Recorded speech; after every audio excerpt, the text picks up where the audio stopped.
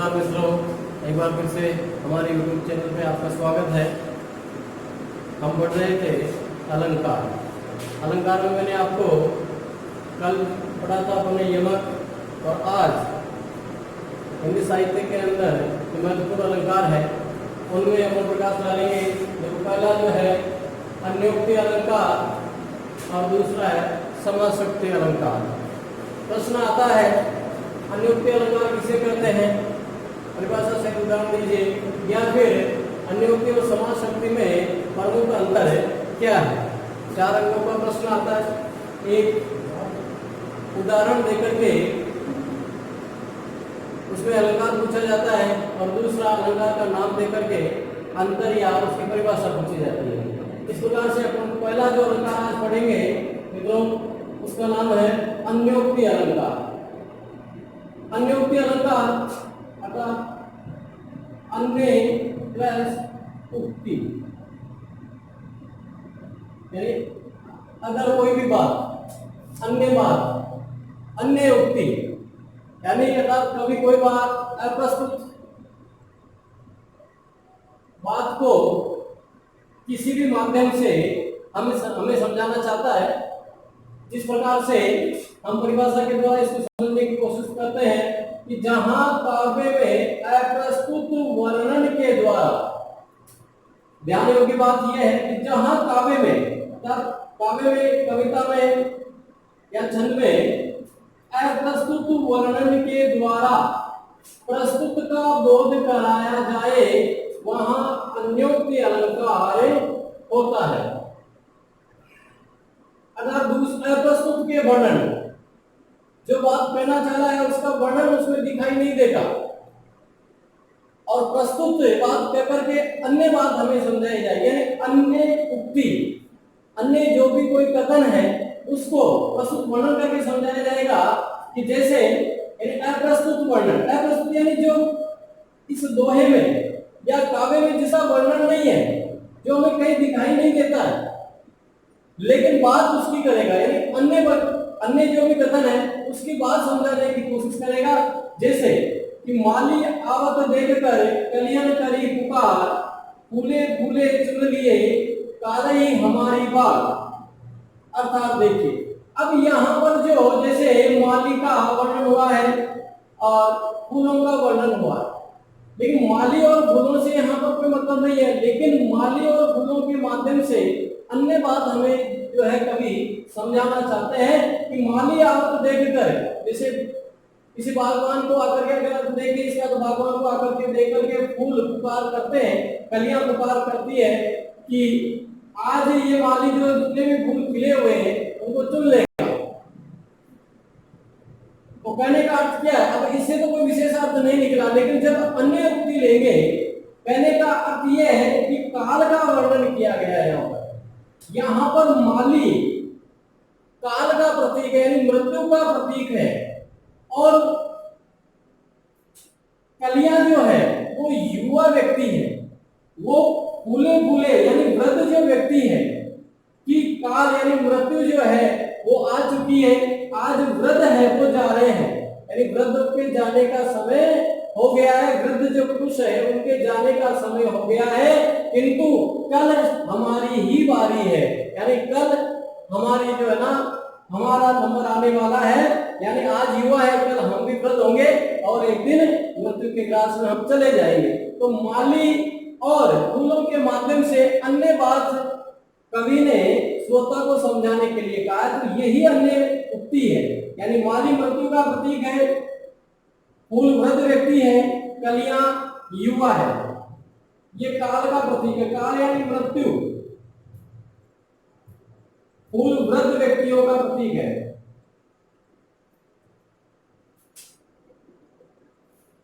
और कलियां जो है ना युवा है, यानी वृद्ध व्यक्तियों को काल का ग्रास बनते देख करके युवा व्यक्ति कहते हैं कि आज इनका नंबर आया है, आज इनकी मृत्यु हुई है और कल हमारी बारी आने वाली है। कि माली आवत देखकर कलियन करी पुकार, फूले फूले चुन लिए काले हमारी बात। तो अप्रस्तुत यहाँ पर कि मृत्यु अटल है, उस बात को समझाने के लिए, लेकिन यहाँ पर मृत्यु का साक्षात इसमें वर्णन नहीं है, लेकिन अन्य व्यक्ति कहकर के उसको समझाने की कोशिश की गई है। दूसरा उदाहरण देखिए कि स्वार्थ सुक्रतु न श्रम ग्रथा देख ही व्यंग विचारी, बाज पराये पानी पर तू पच्छिनु न मारी। देखो यहाँ पर बिहारी कवि ने मिर्जा राजा जय सिंह को समझा, अन्योक्ति के माध्यम से समझाने की कोशिश की गई है कि तू स्वार्थ के वशीभूत होकर के, अब यहाँ पर बाज का वर्णन है और पक्षियों यानी पक्षियों का वर्णन है। बाज और पक्षी के माध्यम से अन्य बात जो है मिर्जा राजा को समझाने की कोशिश की गई है कि एक मिर्जा राजा, तू जो ये औरंगजेब के कहने से अपने ही जाति के जो राजा है, अपने देश के राजा है, तो उनका आक्रमण कर रहा है, उनको मारा है, किंतु इस पर तेरा जो श्रम है ये वृथा है, क्योंकि ये तू स्वयं के लिए नहीं कर रहा है, इसका तेरी शक्ति का जो लाभ है वो औरंगजेब उठा रहा है। तो बाज पराये पानी पर तू पश्चिम में मार, अब डायरेक्ट बिहारी कह तो नहीं सकते हैं, इसलिए बाज का और पक्षियों का इन्होंने जो ना अन्य अर्थ लेकर के राजा को समझाने की बात कही गई है कि तू जो अगर श्रम कर रहा है, दूसरे राजाओं को औरंगजेब के अधीन कर रहा है, ये श्रम तुम्हारा वृथा है।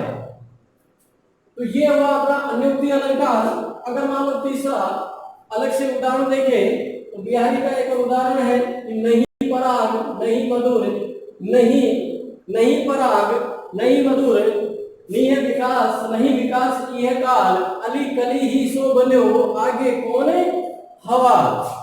कहने का अर्थ यह इस दोहे के माध्यम से मिर्जा राजा को, जो मिर्जा राजा अपने नौहटा अल्पायु की पत्नी के मोह में जब राजा पड़ जाता है तो उसे ये अन्योक्ति में बात कह करके राजा को पुनः जो है अपनी प्रजा के हित में कार्य करने के लिए सचेत करता है कि नहीं पराग नहीं मधुर नहीं विकास किए काल, अली कली ही सो बंदे और आगे कौन हवा।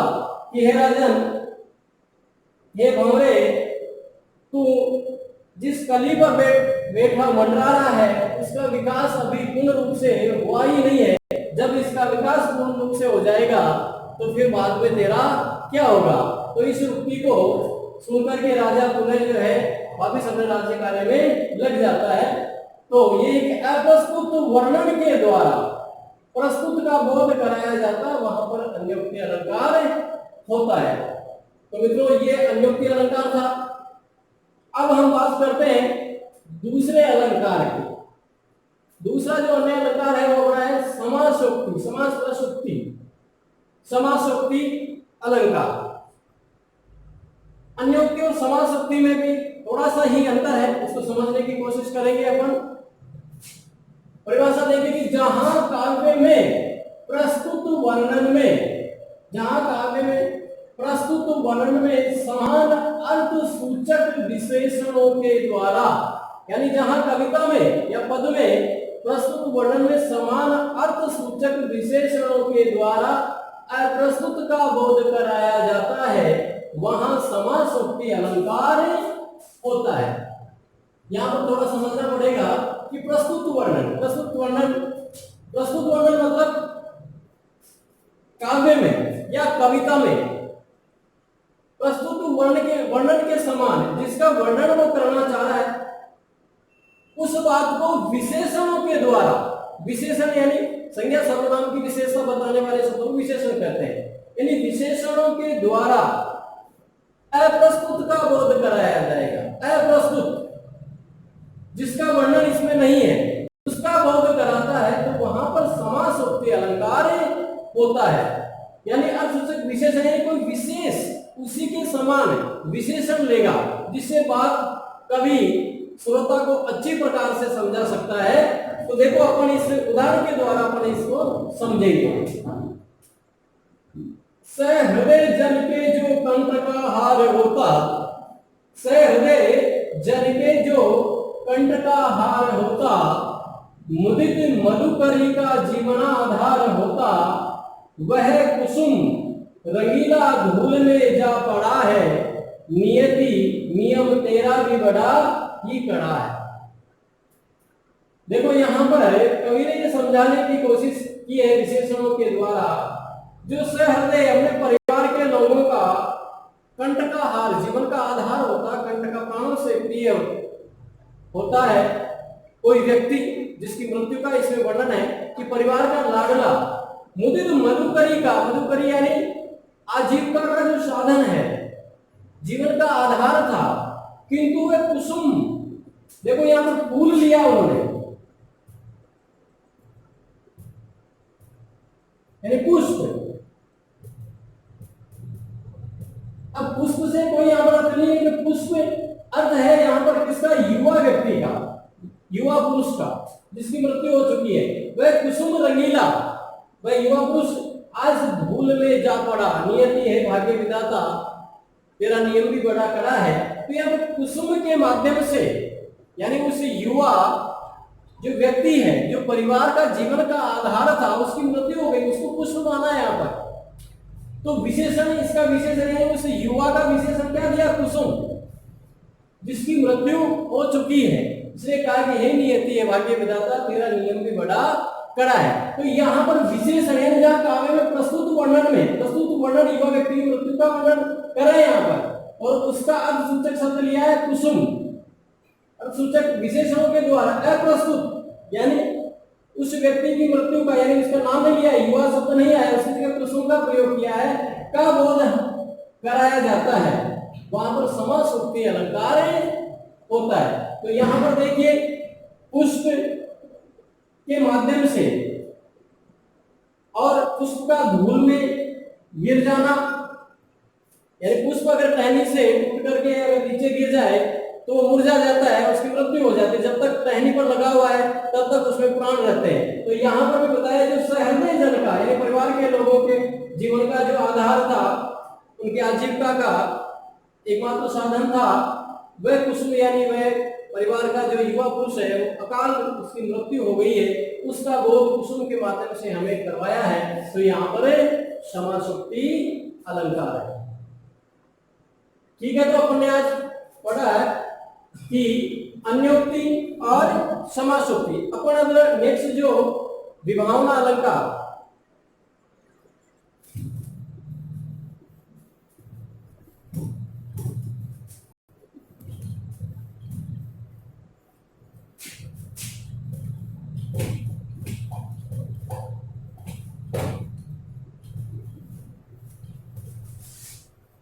अब इसी प्रकार से नेक्स्ट जो अपना अलंकार है वो अपना अलंकार है विभावना अलंकार।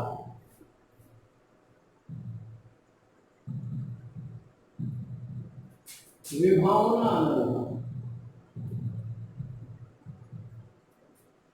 देखिए मित्रों, ये नियति का नियम है कि कोई भी कार्य होता है, रीजन होता है तो उसके अनुसार कार्य होता है। कोई भी कार्य होता है उसका कारण होता है, बिना कारण के कोई कार्य होता नहीं है।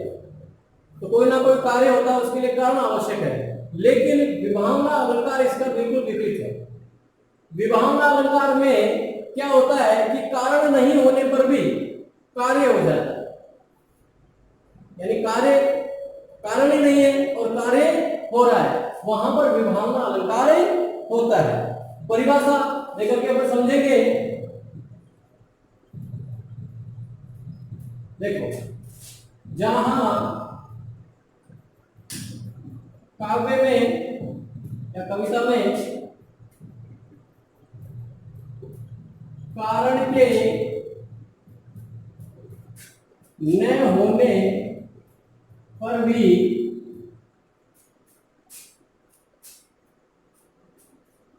कार्य का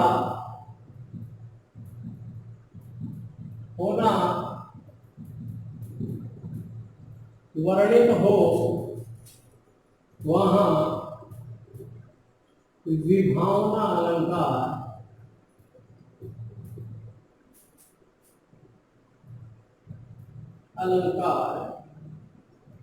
होता है। हम समझते हैं कि भाई कोई भी रीजन होगा या कारण होगा तभी कार्य होगा। प्यास लगेगी तो पानी पिएंगे, पढ़ेंगे तो पास होंगे। लेकिन यहां पर क्या हो रहा है कि जहां काव्य में यानी कविता में या पद में कारण के न होने पर भी, यानी कारण नहीं है, कार्य यानी कारण है ही नहीं, उसके उपरांत भी, होने पर भी कार्य का होना वर्णित हो, यानी कार्य हो जाता है, कारण ही नहीं है फिर भी कार्य हो जाता है, वहां विभावना अलंकार होता है। किस प्रकार से, देखो उदाहरण की दृष्टि से देखेंगे। पहले तो वैसे हो गया कि चला नहीं और मुंबई पहुंच गया, या चला नहीं 100 कोस दूरी पर चला गया, तो कहीं पर जाने के लिए अपन चलेंगे तो सही, किंतु यहां तो विभावना अलंकार है, बिना कारण के कार्य होता है। जैसे बिनु पद चले, बिनु पद चले, सुने बिनु काना,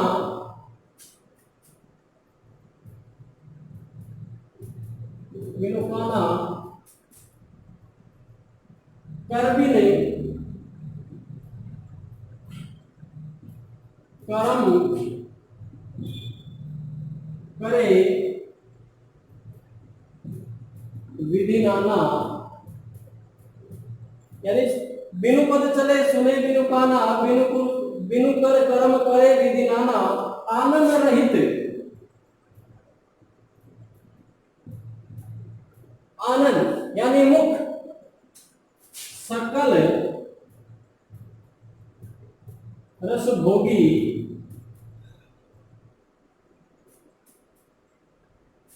और बिनु वाणी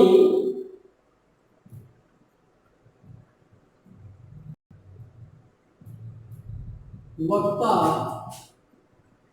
बड़ जोगी। देखिए मित्रों, उदाहरण समझिए।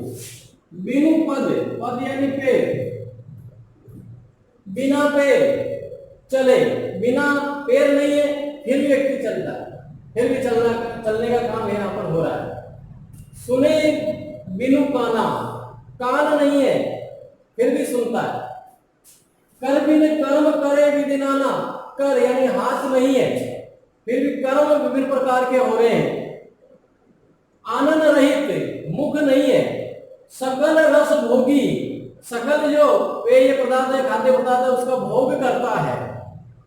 और बिनु वाणी, वाणी नहीं है, जिह्वा नहीं है। और वक्ता बड़ जोगी, फिर भी उच्च कोटि का वह वक्ता है। यानी कारण है ही नहीं, बिना पैरों के कोई व्यक्ति चल ही नहीं सकता, लेकिन यहाँ पर चलना हो रहा है। कानों के बिना व्यक्ति सुन नहीं सकता, लेकिन यहाँ पर सुनने का कार्य हो रहा है। कर के बिना कर्म हो रहा है, मुख है ही नहीं फिर भी भोज्य पदार्थ सेवन किए जा रहे हैं। जीवा नहीं है फिर भी वक्ता का काम हो रहा है। यहाँ पर कवि ने या तुलसीदास जी ने निरंकार परब्रह्म की यानी ईश्वर का वर्णन इसमें किया गया। निरंकार प्रभु का वर्णन किया गया है कि बिनु पद यानी परमपिता जो परमेश्वर है, उनके पैर नहीं है लेकिन फिर भी वह चलता है। कान नहीं है फिर भी सब कुछ इस सृष्टि में क्या हो रहा है सब सुनता है। कर नहीं है लेकिन सारा जो चराचर है उसको वह स्वयं चलाता है। और आनंद, मुख नहीं है फिर भी सकल इस धारा के जितने भी खाद्य और पेय पदार्थ है उसका भोग करता है। बिनु वाणी वक्ता बड़ जोगी, और वाणी या जीवा नहीं है लेकिन फिर भी बहुत बड़ा वह वक्ता है।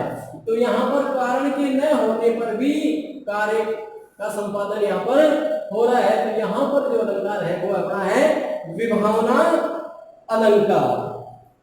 दूसरा अलंकार अपन समझते हैं, इसी के अंतर्गत अच्छी प्रकार से और समझने की कोशिश करते हैं। सखी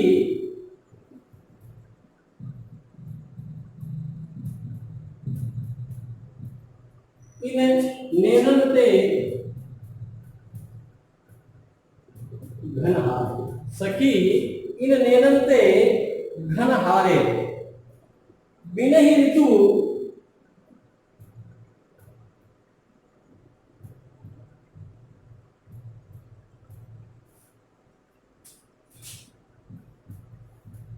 बिन ही ऋतु बरसत निधि वासर, निशी वासर, सदा मिलिन दोहु तारे, सदा मिलिन दोहू तारे।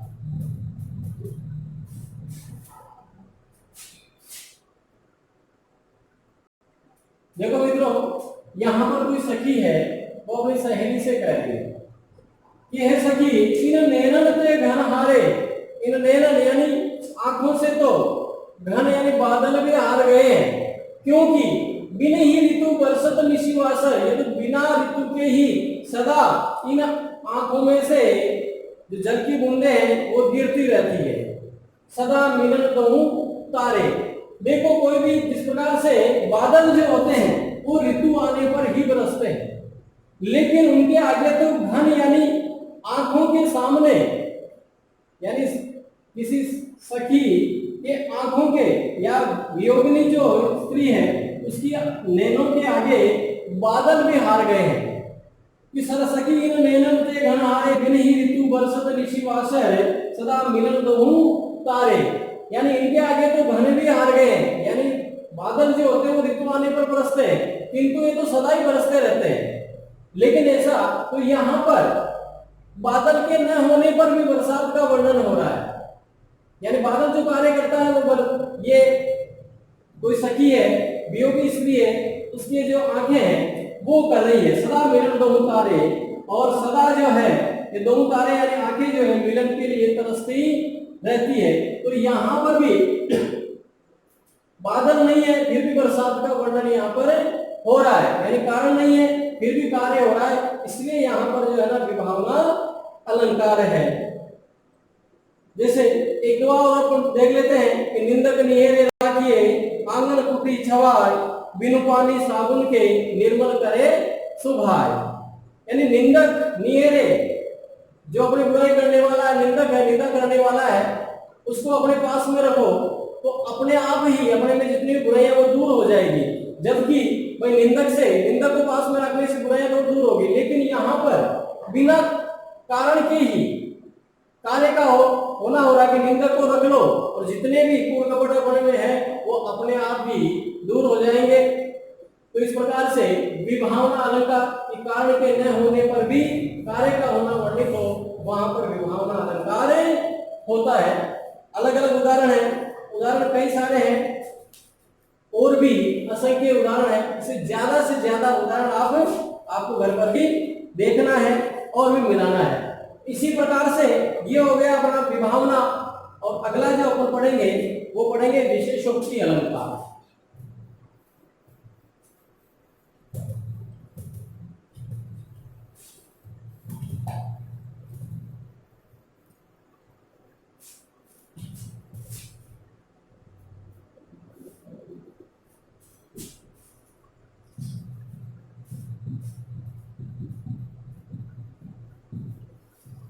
विशेषोक्ति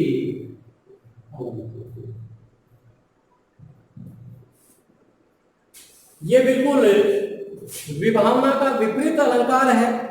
विभावना में कारण के न होने पर भी कार्य हो जाता है, और विशेषोक्ति में क्या होता है कि कारण के रहते हुए भी कार्य नहीं होता है।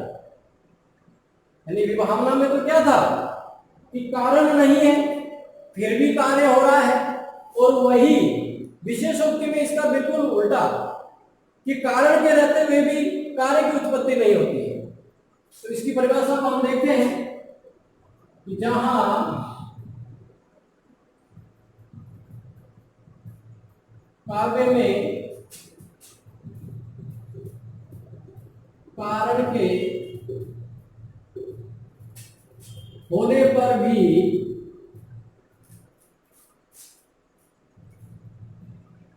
कार्य की उत्पत्ति नहीं होती है, यानी जहां पर कारण है किंतु कार्य की उत्पत्ति नहीं होती है, वहां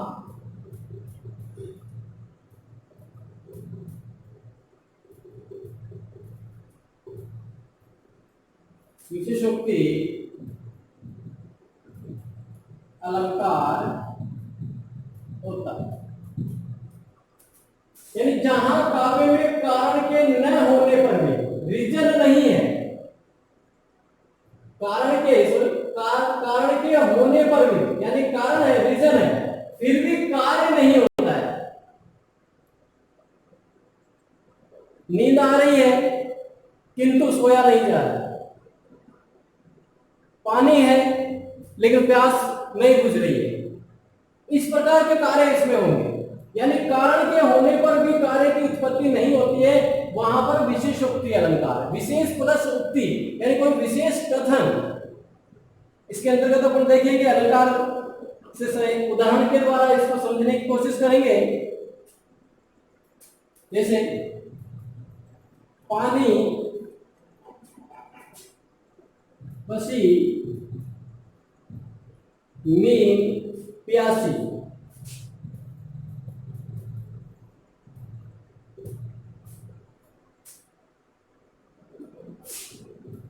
सुनी सुनी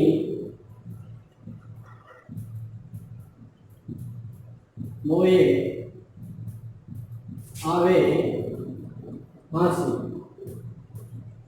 पानी बसी नींद प्यासी। कहने का अर्थ क्या है?